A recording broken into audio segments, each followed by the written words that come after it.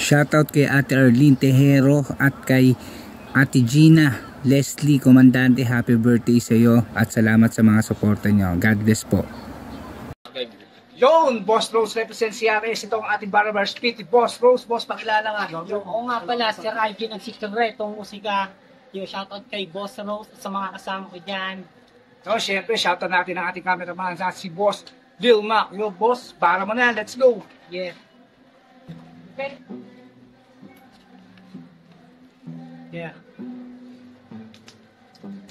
Pag umalagot ang hilinga, gagawa mo na ng maraming eksena. Siyempre, automatic na kami ang biga. Kahit marami pa kayo kumontra. Dito sabihin namin ni walang teka-teka. At wala na kami pakialam sa mga puta. Kung wigay ko pala matutulong mistansya. Lalo pag kami ang kaharap. At lumapat ang mga obra. Panibago na taon, bagong pagkakataon. Ito na ang panahon. At wala na bakasyon. Mabigat mo sa ngayon. At wala na bago doon. Iba yung sistema para may maiba doon. Kaya naman hindi ko pinayagan na hanggang dito na lang. Kahit ang puso isip ko palagi sugatan. Nilaban ako ang lungkot na aking naramdaman. Sinagip ko ang sarili doon sa kalamputan. O sa ngayon hindi pa kami mabigat, pero sa ganito lang ang malaki sumibat. Kung inaakala nyo na kami ikabagsak, malabong pa sa isip nyo mga bulag. Gagawin upang aming marating mga binabalaki amin namang susukitin. At kahit may binabalak pa kayo sa aming maitim, hindi ko pagdali sa mga ugali ni sakin. Hamakin na lahat kahit di pa ako sikat. Sa studio na babad, para kay may lahat na sa grupo namin na to balang araw ay natatak. Kaya naman palagi akong nagsisipag kahit ang minsan ay salat. Umaasang umangat yung mga letra ng alat, pinagsama kulat hanggang sa makagawa ko ng mga sarili pamagat. Kaya naman ito sabik na ako makasulat. Yeah! Mga lupit, sikretong musika.